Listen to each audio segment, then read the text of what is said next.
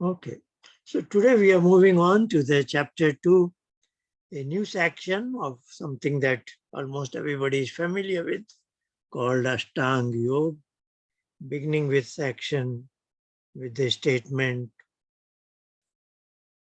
Let me center it properly so that, yeah. So now we begin from statement 28. 27 is a technical idea of Tasya Saptada Pranta Bhumi Prajya. So the Vivek Khyati, which is the highest wisdom, comes in the 7th layer. So in between there are 7 layers. The 4 we are familiar with, what is called Sampajyat Yoga. We have discussed chapter 1 statement. I believe it was, let me check it, it was 17, yeah. So chapter 1, 17 statement, Vitark Vichara Ananda Smita Rupanugamat Sampajyat Yoga. And beyond that, there are certain processes, namely the klesh goes away, and then finally when the buddhi returns back, Patipasao, where it came from, namely Praketi. So that are 7 layers. Okay. Now we are moving on to statement 28, which says Yoganga Anushthanat, the practice of limbs of yoga. What does it do? Anushthanat, Ashuddhi Kshaya. So now first time we are hearing a term Ashuddhi, impurities in our mind, particularly in our buddhi. Ashuddhi Kshaya means it is getting washed away. So when we implement all the limbs of the yoga, practice it properly, then the impurities of mind are washed away. There is a twofold effect. The second factor is Jnana-Deepti. As impurities are washed away, the knowledge and enlightenment takes place. So two things happen simultaneously. Impurities are getting washed away and new flash of knowledge is appearing up to the point of Vivek Khyati. So Vivek Khyati was the Hanopai. Vivek Khyati was the desirable strategy so that I am away from pain and suffering that is likely to stag me in the future. So that Vivek Khyati is going to be made possible if I follow the limbs of yoga properly. And how will that happen? That will happen because the impurities will be washed away. Up till now, there was no talk about impurities in mind. There were klesh in ahankar unit. They are lying in the terms of impatience, but they have not given rise to impurities in buddhi. Buddhi is the first instrument that I am always observing. Now, what has happened? The klesh that have been significant, that's what we saw in the second chapter, and that's why he advised Kriya Yoga. And I have not been able to get rid of them through Kriya Yoga. So I am a person where significant klesh was there, and under the influence of the significant klesh, I was not able to override the temptations of my life experience, and then I was falling upon adharma, you know. Otherwise, as we have seen in Samkhya, chapter 2, Tat Kayam Dharmadi, what he was saying was, the buddhi is designed to guide me towards the dharma, the righteous conduct. But if temptations of klesh is overriding me, then the next statement was Mahat upayagad vipitam. Due to rag, a particular clash we have seen, that is always interfering into the function of buddhi. Its repeated appearance and influence on buddhi gives rise to contaminant or impurities in buddhi itself. So then my buddhi is now impure, ashuddhi, and it can even lead me to adharma, unrighteous conduct, is it not? So now Patanjali is saying, so please understand this carefully. Kriya Yoga was for the second category of person, not as a full prescription, it was an appendix. By implementing Kriya Yoga, he could have diminished his klesh. Klesh would have become Tanu, and then he was qualified. He becomes qualified for the chapter 1 of Samadhi path. So Kriya Yoga is an appendix, is not a complete prescription. It diminishes your klesh so that you are qualified. You move up to the category 1. Now the person in category 2, he has not bothered to implement Kriya Yoga. Then gradually he finds that his buddhi has picked up impurities, and now he is no more in the second category, he is in the third category. Now for the person in the third category, Patanjali gives a new prescription, what is called Ashtanga Yoga, and he assures us that Ashtanga Yoga will remove your impurities and will take you up to Vivek Khyati. So Ashtanga Yoga is a complete prescription by itself. It is not an appendix to Samadhi path. Okay. At this point, maybe I can review a very quick review of these three categories, which we have been discussing. A very quick review because of the importance and because we know it. The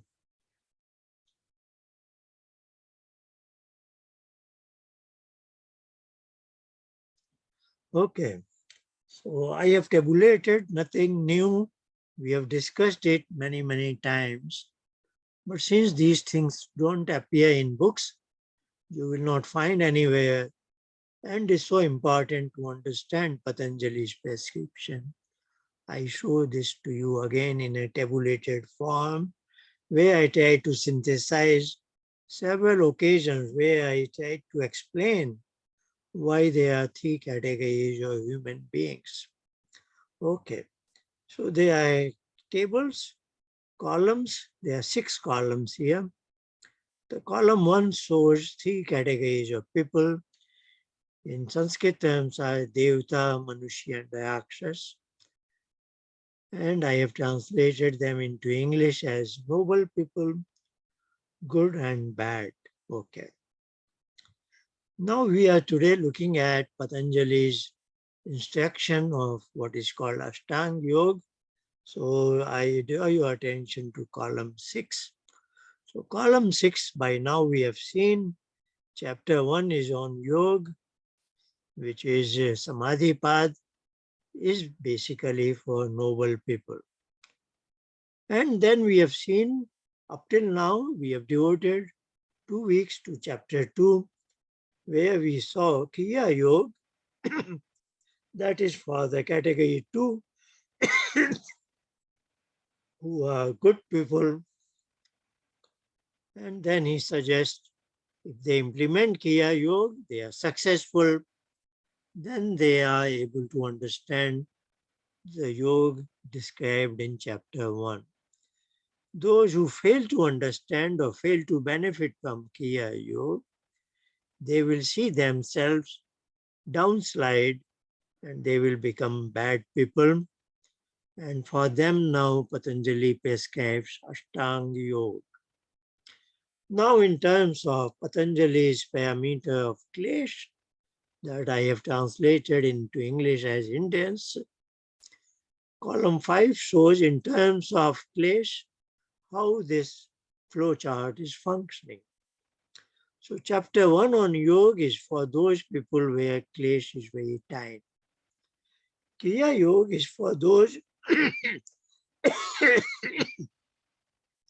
where clash is significant, and indeed that we saw Kriya yoga was a twofold purpose: to make significant clash as tiny and also get them interested in yoga. Now, in terms of clash, today we have seen the third category of people. Clash has been allowed to become ashuddhi, impurities in their mind. So now the intellect is impure. In an impure intellect, even if you give good message, he thinks opposite, because his instrument is malfunctioning, or like a mirror has a lot of dust. It doesn't show you the right object in the correct form. Now, in terms of so in column 4, the quality of karma. So we have always been talking about karma, good and bad, etc. How do these three categories translate? So of course, let's look at the good people, the medium second category. They are always doing what is called sakam karma. Sakam karma I am translating into English as interested actions, where you are interested in its reward. You don't want it to become worthless. You want your action to give rise to a fruit finally. And you know it, that good actions being good fruits, so you always do dharma. Dharma is not religion. So dharma is the right conduct. So you do righteous conduct and you are happy with the reward that is in the nature of sukh. Sukh is joy and pleasures of life. This is a good person in the society. He does not harm anybody.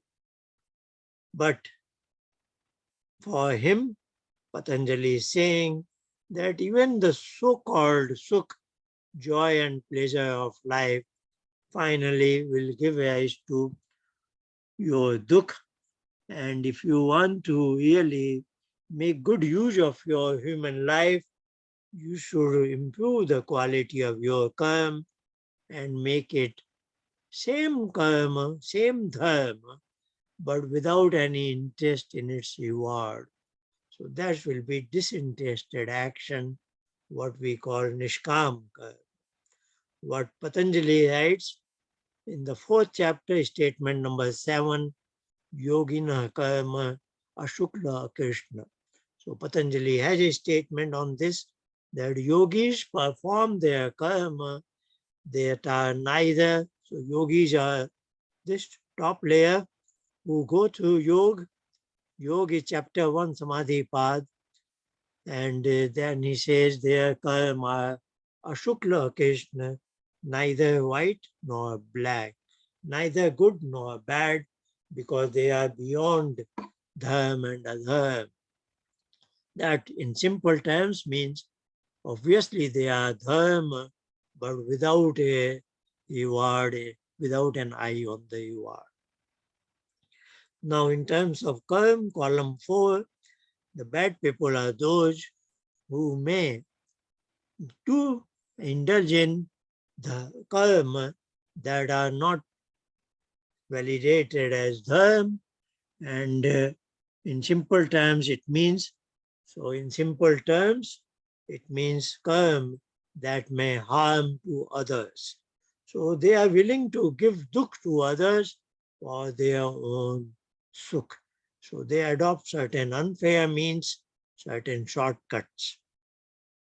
Now, in terms of mother-child case, that I developed an analogy to explain all that, that these things, column 4 is not something out of the world.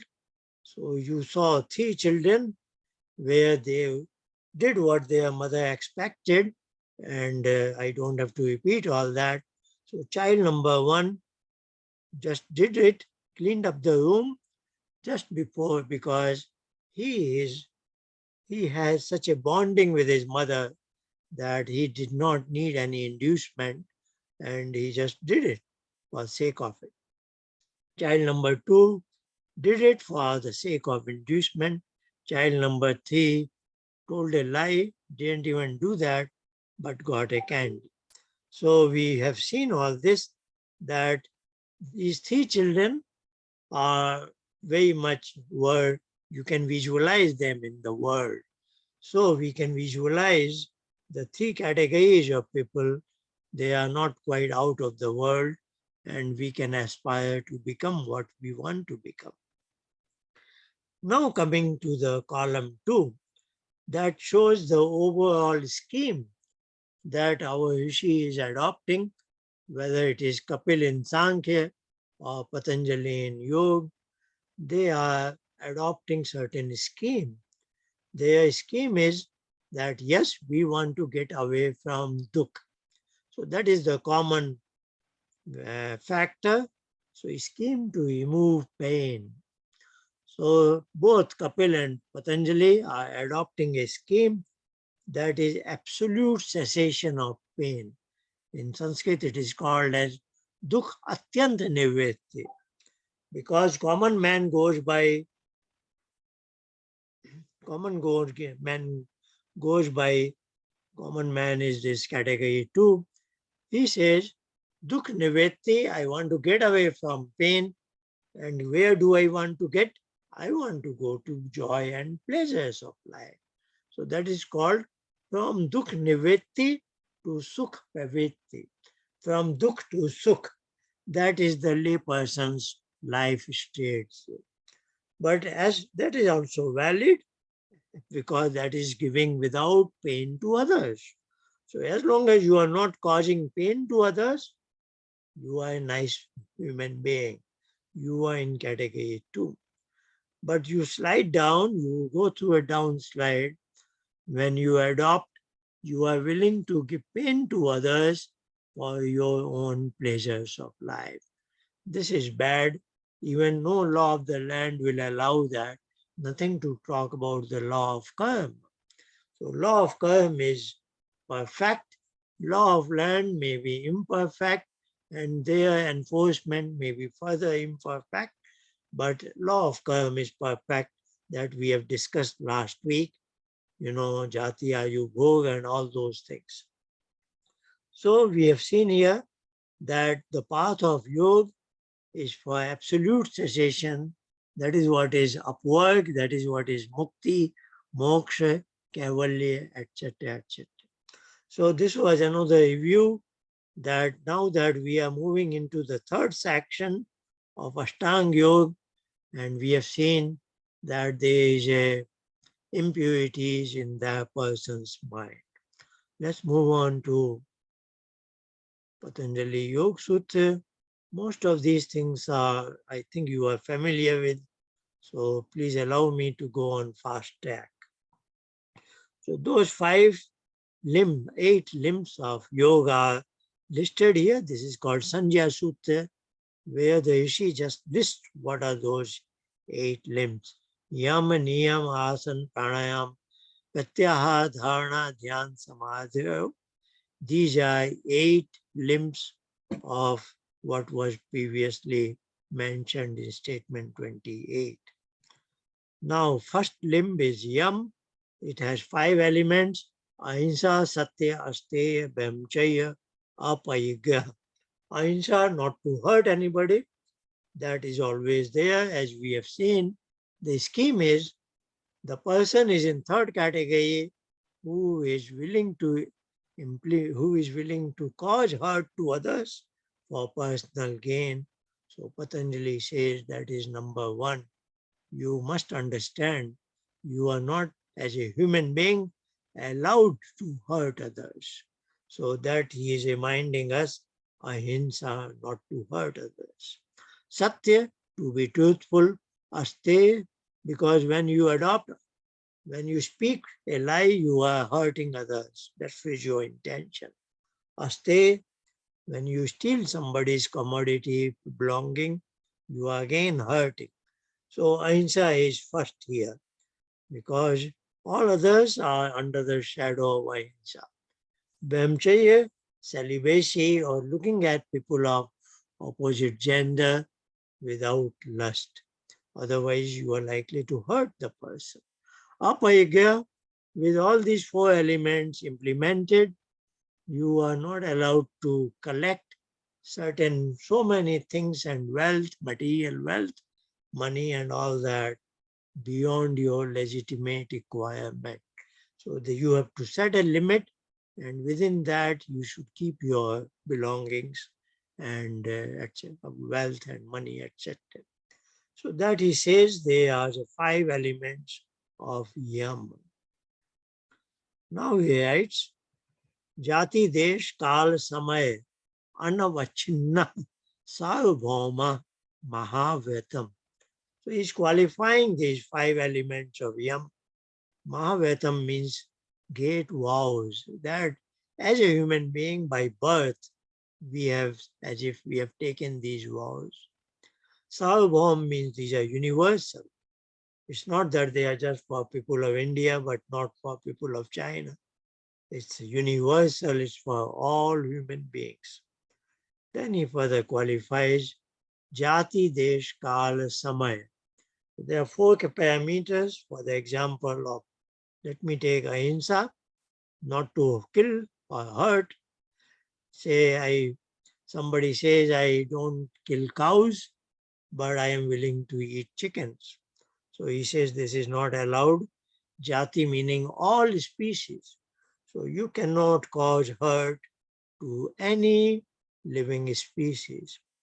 There's any space parameter location. Somebody says, I don't kill an animal in Haridwar, but when I go out of Haridwar, I kill it. That is not allowed. Kal, somebody says, I don't kill during Navaratris in certain season. Otherwise, I kill an animal and eat meat. He is saying not allowed. Samay means occasion. Somebody says, when it is my daughter's marriage, I didn't do that. I didn't eat meat, but otherwise I. So just giving you an example of killing an animal, but this you can apply with all the four, all the five elements of yam.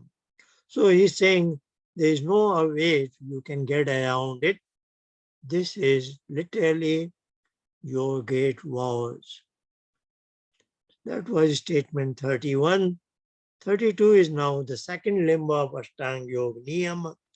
Again has five elements: Shauch, Santosh, Tap, Swadhyaya, Ishwar, Pranidhana, and Niyama. The three of them, three later ones, Tap, Swadhyaya, Ishwar, Pranidhan, we have seen them as three components of Kriya Yoga. Now the five, the two are new. Shauch means cleanliness, body as well as mind. Santosh means a sense of contentment. And those tap and swadhyay, Ishwar Pranidhan, we have seen it. Again, the column that I showed you, when the karma is nishkam, karma for the top category person, I have been trying to explain to you that is implicitly Ishwar Pranidhan when you desire no fruits of your action, or in other words, you dedicate, you surrender all your karma to Ishwar, as if I am doing all my karma on his behalf. So I don't expect any reward. So the karma is dedicated to him. So that is another way to look at Ishwar Pranidhan. So Ishwar Pranidhan implicitly is, and one who leads life like this, he is always in bonding with Ishwar, so to say, because he has dedicated his life to Ishwar. So that implicitly means he is doing the jap of pranav. So there is a link of Ishwar Pranidhan as Pranav Jap and Ishwar Pranidhan as dedicating your life to Ishwar. They become synonym. Okay. Now he's saying statement 33 and 34. They are relevant for both yam and niyam. Yam are certain actions that affect others. And yam meaning I am taking care that I don't cause hurt to other species. Now niyam are more personal. They are certain things I do to myself. They do not affect others, but even then, I have a personal discipline in personal domain. And they end with Ishwar Pranidhan, that personally, my life is dedicated to Ishwar. So, Shauch, Santosh, Tap, Swadhyay, these four elements prepare me, elevate me to such a state that I dedicate myself to Ishwar. Now, for both Yam and Niyam taken together, 5 plus 5, 10, he is trying to tell us that they are so important that we should not allow any kind of digression or distraction. The digression or distraction, so we have a word called tark. Indeed, vitark came in Sampajaat Yoga, vitark, Vichar Ananda Smita Sampajaat, chapter 117. But same term vitark is coming in a opposite sense now. So because the prefix V has two possibilities. One is Visishtarthi, means spatial, and one is Vilom, means opposite meaning. So V has two kinds of possibilities. So previously there V was spatial knowledge. Now here Vitark is opposite knowledge. So Tark is something, a logical systematic thinking that gives rise to the correct knowledge. Opposite of that is Vitark, something that happens in my mind that takes me to the wrong conclusion.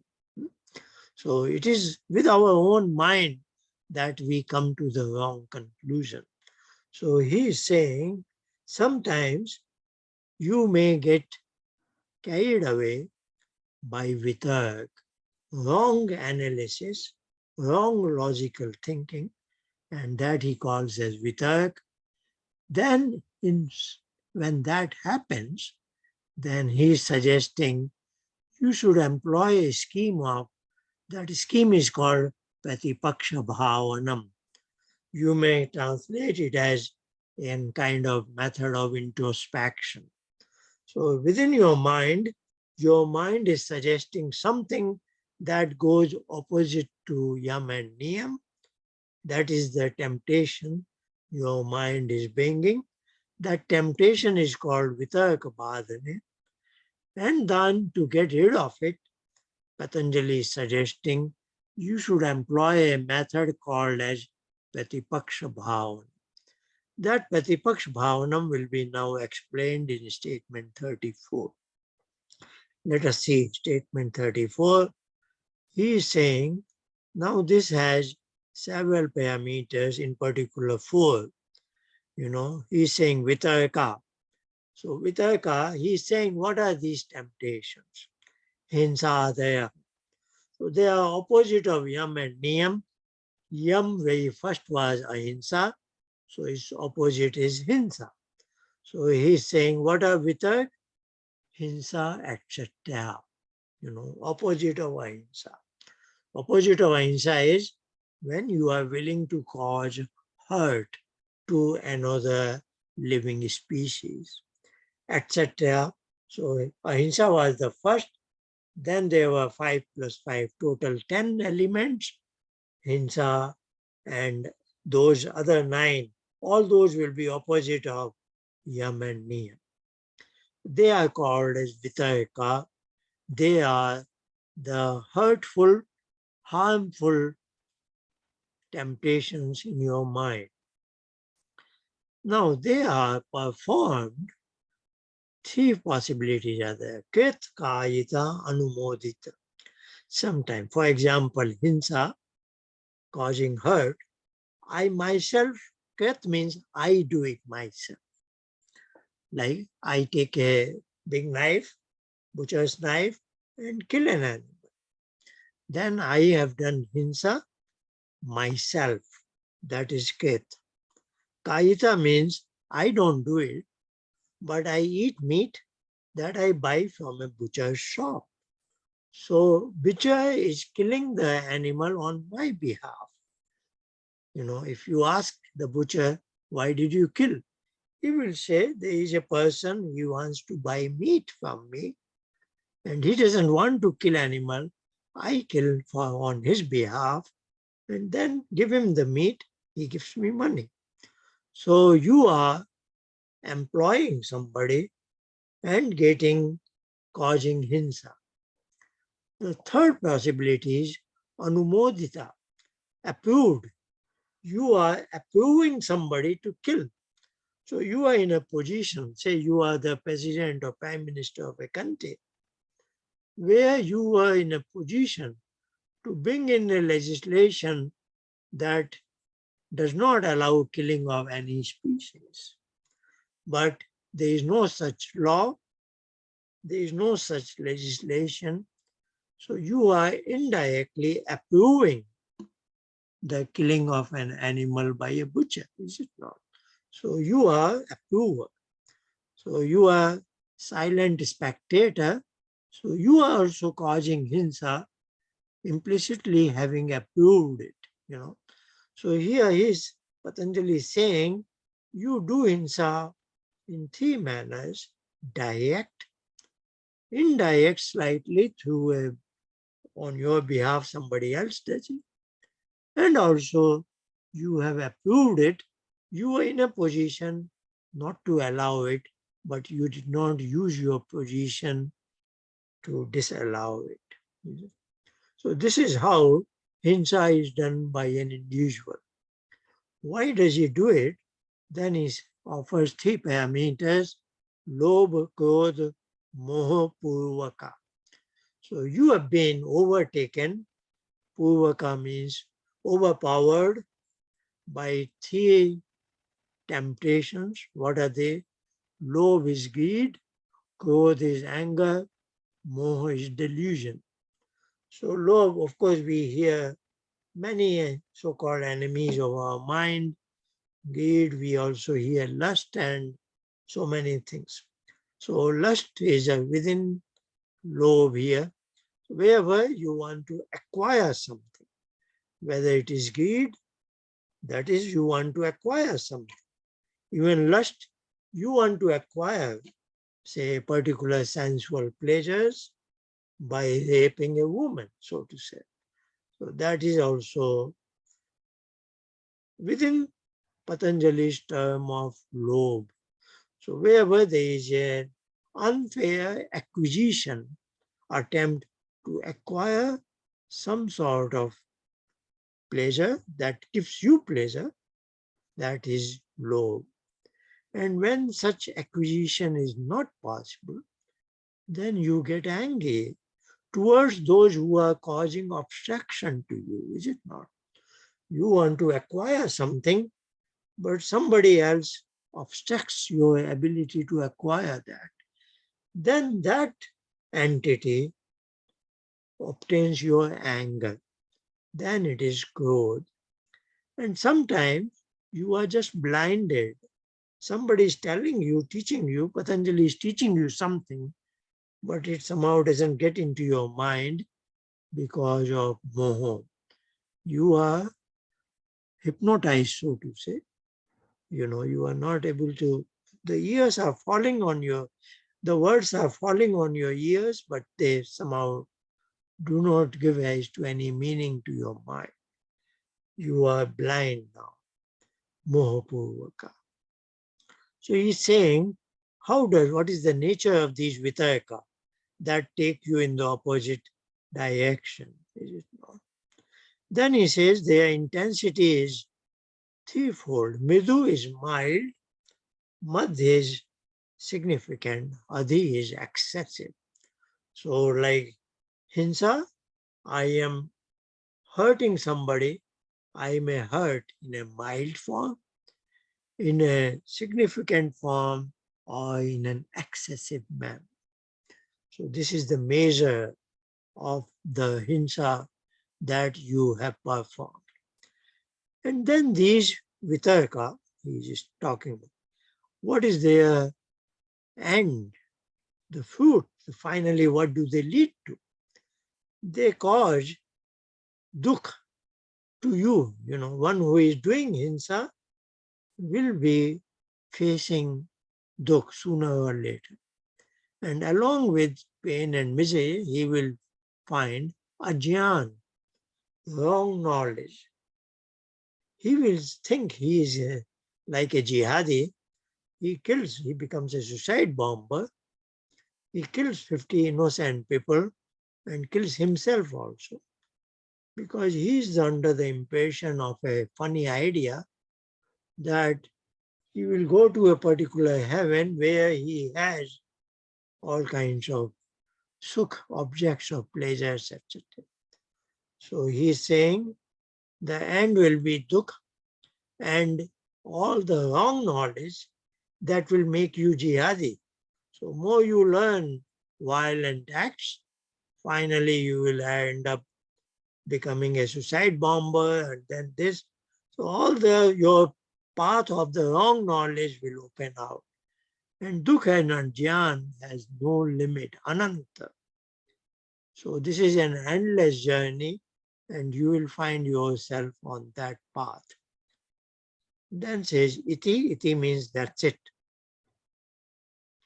Iti patipaksh bhavana. That is what is patipaksh bhavana. Meaning he's trying to tell us that you should adopt this method scheme of introspection and explain to your own mind that if I adopt Hinsa, for example, or other 10 elements, total 10, then am I involved in one of the three possible manners? Am I being overpowered by lobh, krodha, or moh? Am I doing mild or significant or excessive? And whatever it is, it will give rise to endless dukh and ajyan. It will, human life is to get right knowledge. But I will be on the path of the wrong knowledge that goes contrary to the human life. So his yam and niyam have been covered. Yam is Mahavetam, universal. Yam plus niyam, they may come into my practical life every moment. Then he is suggesting you should not deviate from them. You should not get tempted by those temptations, fall into those traps. And he is suggesting how to wire your own mind, so to say. Of course, if you adopt Ashtanga Yoga, these impurities will be implicitly washed away. But then he is motivating you at a very early level that you should not indulge in something that goes against yam and niyam. Okay. Let's go through some more, at least 5 of the yama. So, ahimsa pratisthayam tat sannidho vaityaga. What he's saying is, when your ahimsa is well established in you, then what is the sign? Vaityaga. You don't have enmity towards anybody. So you don't see anybody as your enemy. That is the evidence that you have acquired ahimsa to the correct magnitude. Then it comes about satya. He is saying when Truthfulness has been Satyapatisthayam Kiya Phala Ashayatvam. When you have acquired Satya, truthfulness, to an adequate measure, then you will see that your many functions, many activities that you do, they give rise to results. You will be able to see them. So, sometimes we go through a phase of life where we do not see any result. So Kriya is not karma. Kriya means activities. Karma is what affect others. So like whatever you are reading, say Patanjali's Yoga Sutra, or you are taking care of a healthy diet, but still not good result. You do work out, but somehow results are not coming, what you were expecting. So he's saying now, if you have adopted truthfulness, then you will see that you will become a basket of where the results will fall in. You become an ashay. Ashay means a basket where the results will fall in. Okay, third, astay, that is non-stealing. When that has been acquired, patisthayam means they are well settled in your personality. Sarvayatnopasthanam. Then you feel as if you have all the gems of the world because, you don't want anybody else's anything. Why don't you want it? Because you have everything. So he is saying that. Bhamchaya patisthayam, if you have good control of your sensory organs, then viyalabha, you have the vital strength. 38, vitality. So you are never bodily or mentally not long face, you are always on positivity. Apayagya, the fifth element of yam, apayagya sthaiye, janma kathanta sambodha. So when you have apayagya, you have closed the doors and windows that you don't want any more material wealth. When you have that sort of a inner feeling, then as if you come to a point that you become aware of your previous life. What happened to you in previous life. Well, I can go 5 niyam also because now he's talking about, he's not defining these yam and niyam elements. He's saying if they have been acquired, then what you will have. Now he's talking about Shach. He's offering 2 statements to Shach. Shach meaning keeping yourself clean, externally as well as internally. So he's saying, Shochat swang jugupsa payay sansarga.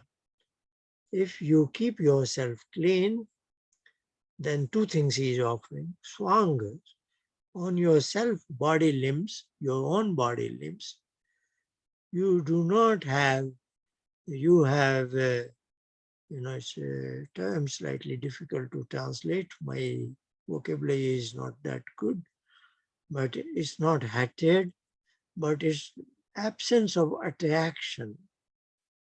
So you are not so much high about your own body limbs. You see yourself in mirror, but you are not thinking that it's wonderful, it's great, because it contains a lot of filthy elements. So, but you don't hate your body. Whatever is the right way to put it together. Then this is about swang, your own body. Now about others' body. Payay or sansarga. You, towards other body, you are not attracted to get closer to them. Sansarg is being in intimacy with another's body, but asansarga, you do not have that desire of that intimacy. Statement 41, going slightly fast, I want to cover niyam also. Sattva Shuddhi Swamanasya Ekagya Indi Jayat Atma Darshan Yogyatvan. He's giving a lot of emphasis to Raj. Sattva means some sort of a serenity. Shuddhi is, of course, cleanliness. Swamanasya, cheerfulness. Ekagya, pointed, one-pointedness. Indi Jayat, some sort of ability to conquer your sensory organs. Atma Darshan Yogyatva. You have gained the basic ability for self-realization. So Shauch has these many benefits. Cha means and. So two benefits were mentioned previously. Now a few more are suggested here. That is about Shauch. Now Santosh, the second element of Niyam, Santoshat, out of contentment.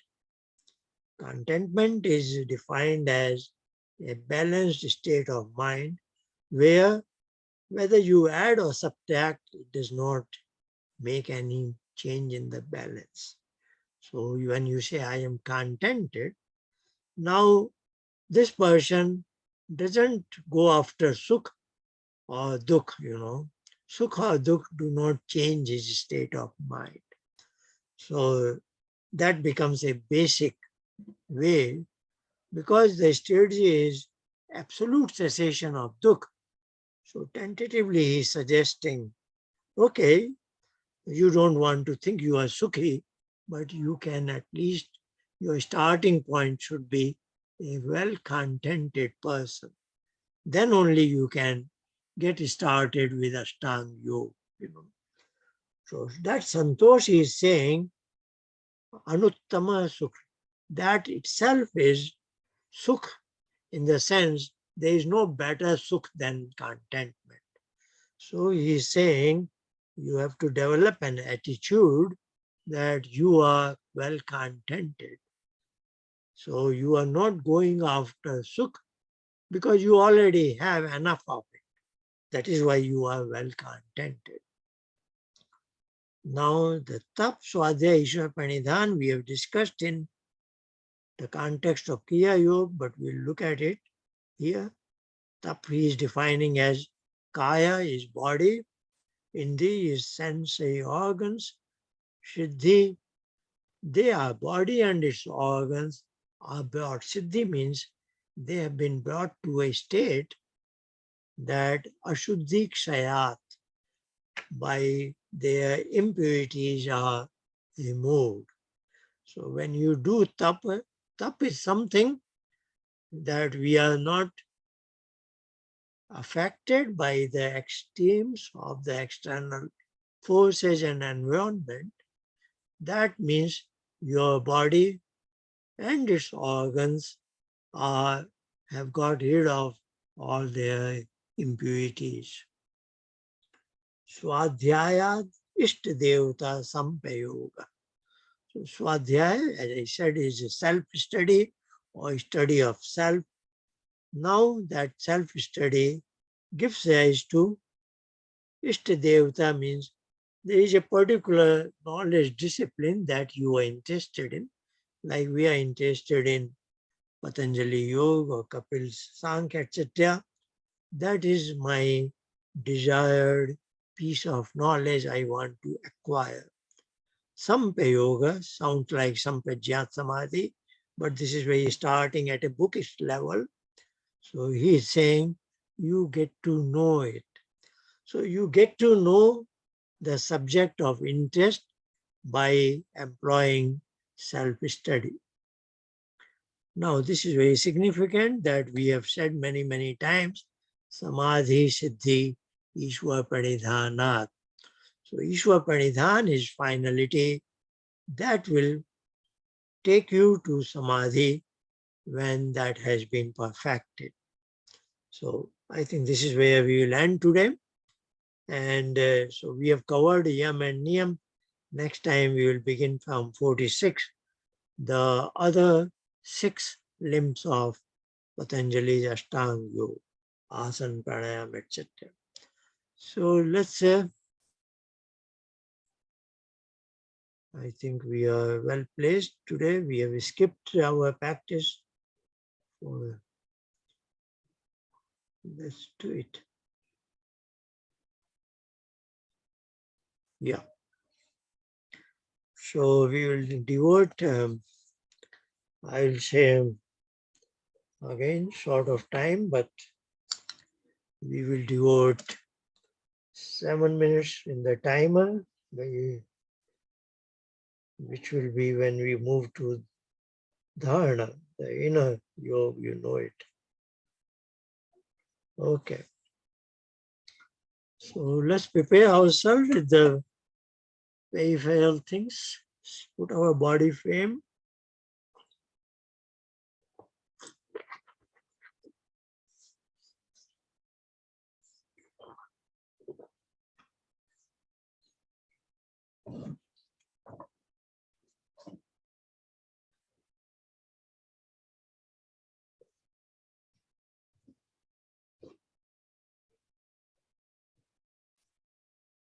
Oh, I haven't shared it yet.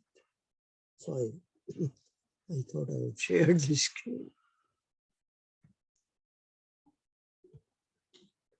Okay.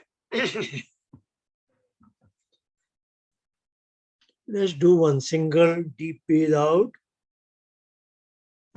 in the step number 2 of pranayam.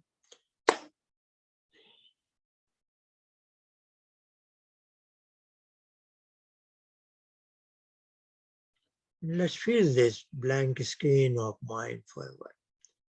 Let's do it again. Deep breathe out.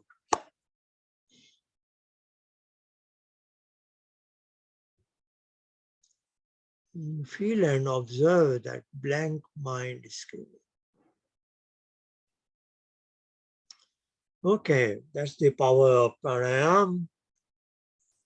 Once you employ, at the end you have blank screen of mind.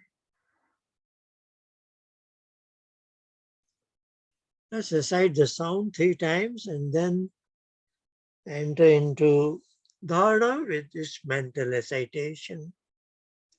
Any other image? We want to come back to mental recitation of the sound. And with good luck, we will have blank mind. 3 times the oral recitation of the sound. Om.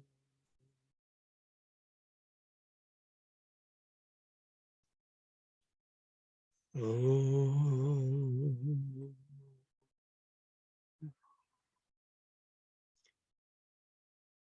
Om.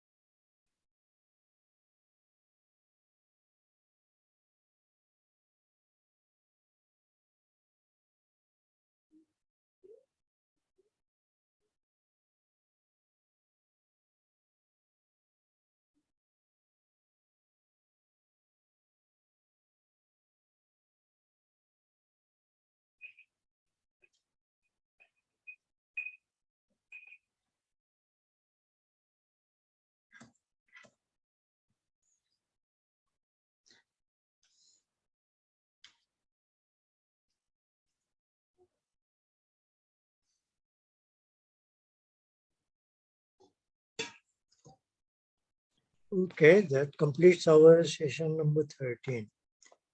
Any questions? We can take it up now. Acharya ji, now please give an example of the delusion, moho, that you said. Please say that again. Please, can I know an example of moho or delusion? An example. An example in our history is Dhritarashtra was taken over by Moho of his son Duryodhan, but even his prime minister Vidu's advice he never followed. He followed what his son was telling him. Mm-hmm. That is not that he was not intelligent. That is because of his moho towards his son.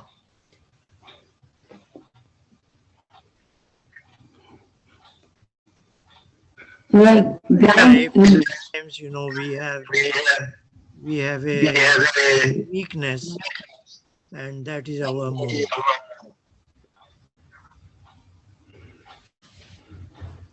That we are unable to distinguish between right and wrong because we have a spatial, uh, Affection.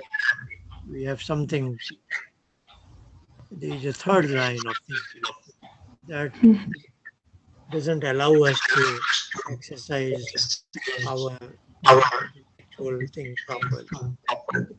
So So, how we differentiate between mamta and moha? Mamta is a valid love and affection. So, love and affection is genuine, but moho is,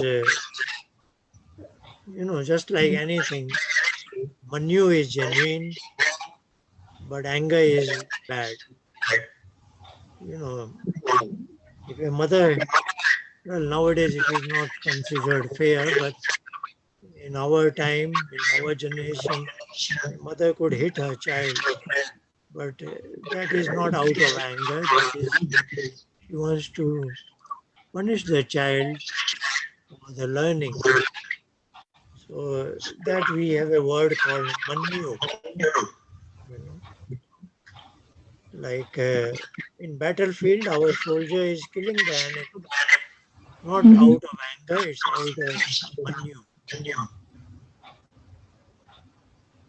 So mamta is valid love, but moh is you have been blinded by that love. There is a counterpart of everything. धन्यवाद.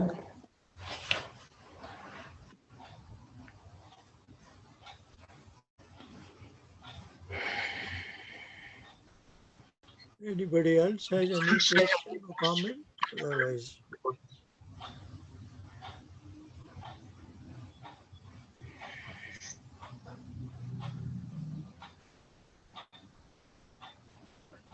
But that delusion is an interesting idea because you think about a lot of young people today who spend a lot of time on social media, and it's almost as if they're living an illusionary life. I think there is some interference. Let's see. Okay, now I think it Yeah, will be better. yeah. Yeah. Thanks. Yeah, that illusionary life, or illusion, if you like, that living under illusion. It strikes Yeah. me that a lot of young people today are suffering from that because of the social media, that their life is almost in the phone.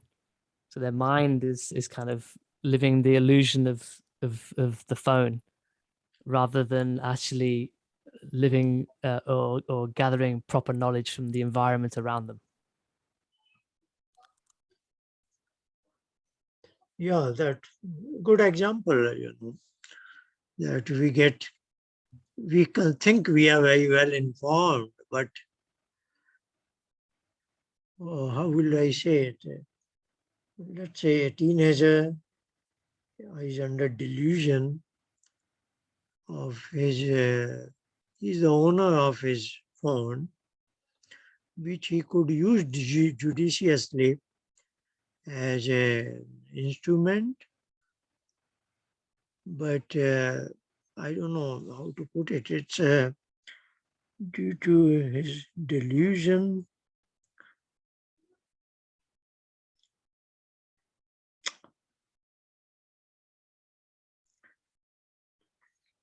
He is so much excessively obsessed with being with his phone.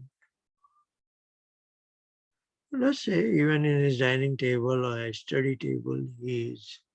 So that is his relationship with his phone is excessively, is distorted because that his bonding with his phone is not reasonable now. So that is under the influence of delusion.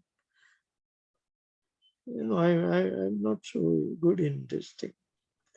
But it is very common. Every human being is under delusion of one thing or another. And Acharya ji, can I ask you one of question? course, the Can thing is, you don't know it. That's why, no, that's why can I ask you one question? we don't admit that we have this thing, but it is easy to see somebody else under delusion of something.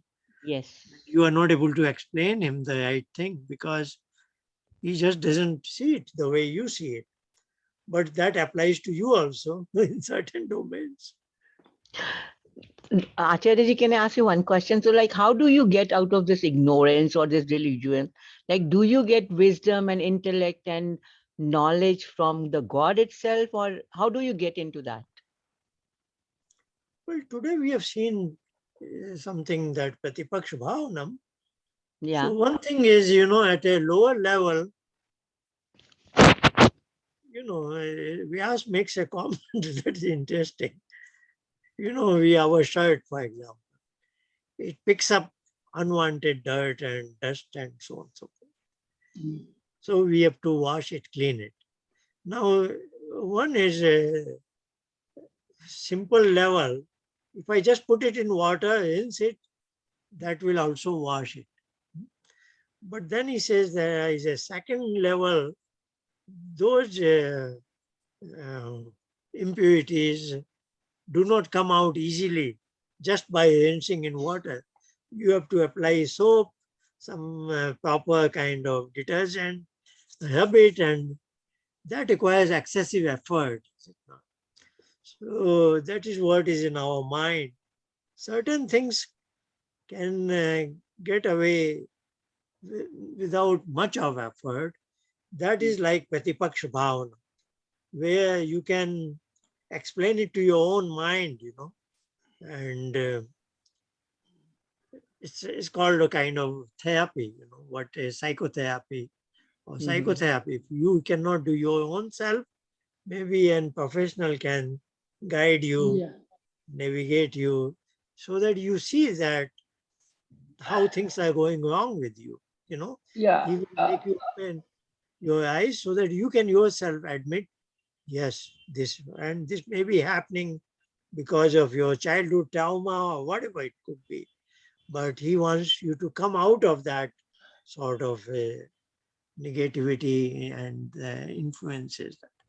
Other Because thing all that I that added. is there. Secondary part is that's where Patanjali and our meditation, etc., is relevant, where the meditation practice does the washing and thing. Okay.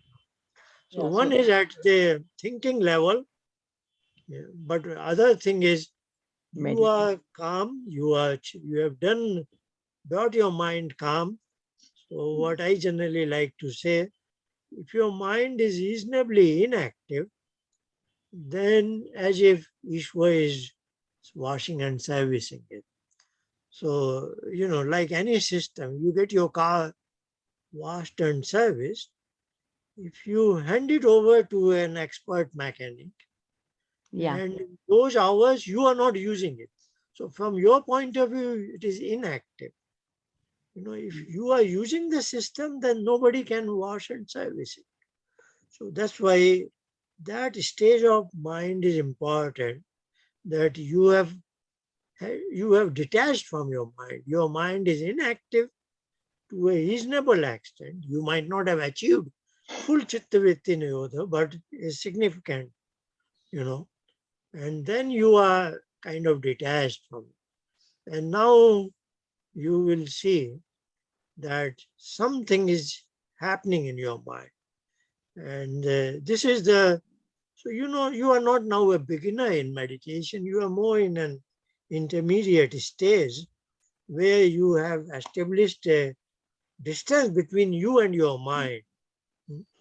And that personal space actually allows your mind to go through the process of washing and cells. So, that's why we keep asking individuals here, are you seeing change in your personality? That change in personality will come when your mind is being washed. Otherwise, you just do some meditation, your mind is calm. Now it is, of course, the fatigue is getting dissipated, you are relaxed, but the personality changes requires some more practice. And at a highest level, then even clash will get disappeared, but that is at a very high level. So meditation has to go through several stages. Uh, and I think some of you probably should be by now feeling that, yes, my personality is going to change. I cannot say it with great authority because I haven't seen a Rishi's statement like this, but I personally can share that a good sign is when you are in meditation, if your eyes get wet. If your eyes get wet, I have noticed that is probably the mechanism of washing your mind. Wow. But I cannot That say it happens once in a while. with That a does. authority because I haven't seen a statement in Upanishad or in Samkhya or in Kapil. They say many things, but I have yet to find which can be translated as so. But I think I know some of my students who have told me. So I will say this is a good benchmark.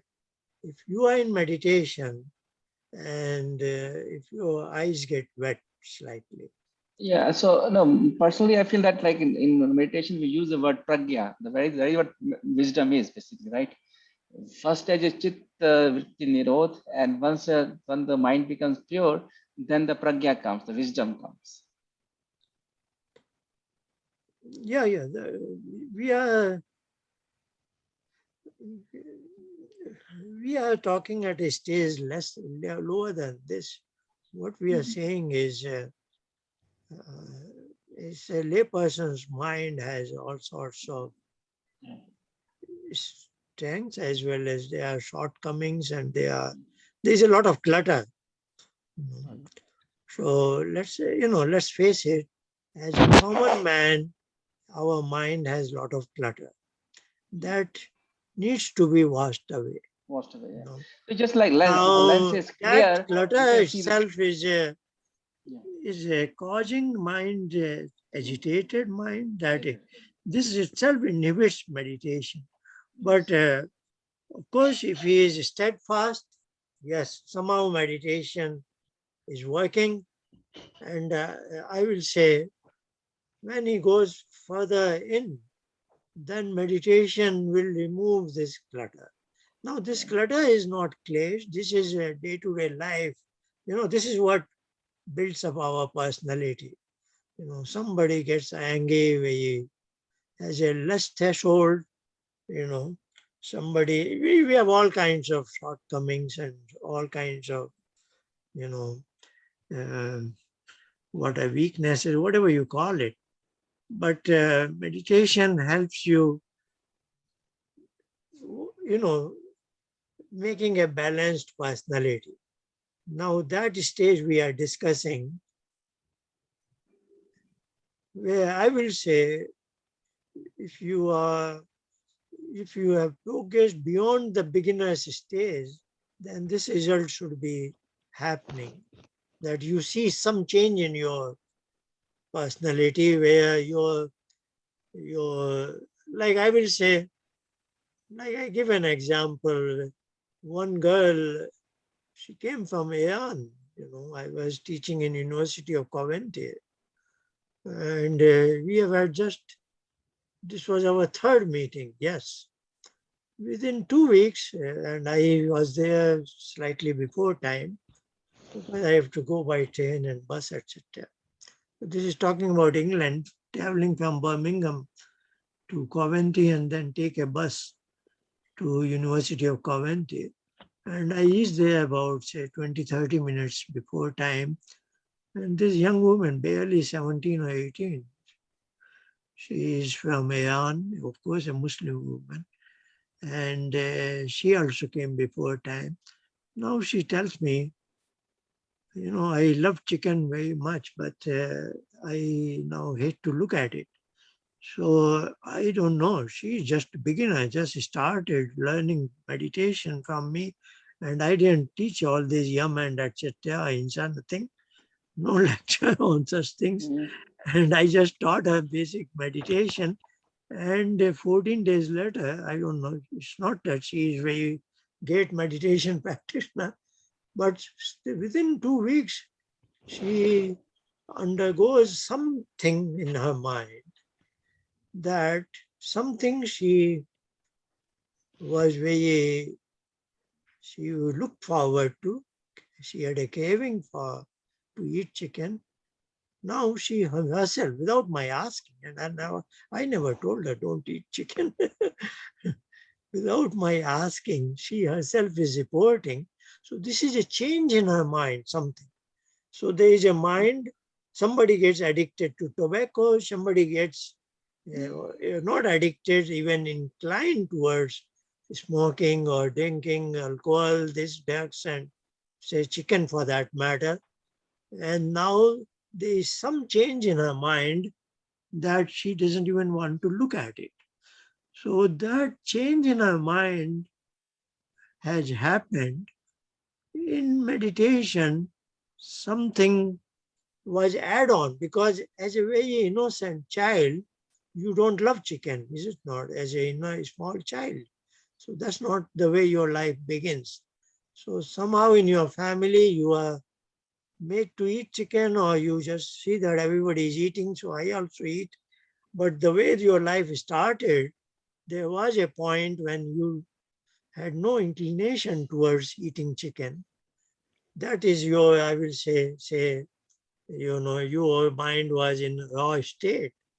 Now some sort of a cultural background or this and that, you have developed love for chicken. So I will say something in your raw state of your mind was missing, but there has been an add-on thing in your mind that now you love chicken. Now that add-on has been washed away by seemingly this simple meditation practice. I won't call it as prajna or any enlightenment. This is just, it's not that some great expert mechanic has repaired your car. There was no breakdown. The system was functioning, everything, but you just take it for normal washing and servicing, but the car becomes better. Some minor things have been removed. So it is that kind of a thing which happens in meditation. So, that's the power of meditation. There is a question here. Could you please give a word meaning of Patipaksha? I'm curious because Paksh is side, so would be other side. Yes, you are right. Paksh is our side. Turk is our side. So Patipaksh is the counterpoint, So here I am telling my mind, I am trying to explain to my mind, look, this is the point. This is the Paksh, what Patanjali is teaching me. If I adopt Hinsa, etc., if I adopt Vitark, then the opposite of the Paksh will take me there. The end result will be Dukh and Ajyan, Anant. So you are right. Patipaksh is counterpoint, counterpart, counter side, opposite side, whereas the Paksh was the Patanjali side. That is what I want to, and that is what Taik is, the truth is. That was a question. Thank you, Yeah, Ji. from Kohli ji. And thank you, Inigo, for reminding me about recording. If I had missed it, then that would have been a big problem. Thank you. I think we are approaching the time. There is a very Thank you, Acharya. Thank you, Acharya ji. I can feel that spirit is little bit lighter now. I can feel it.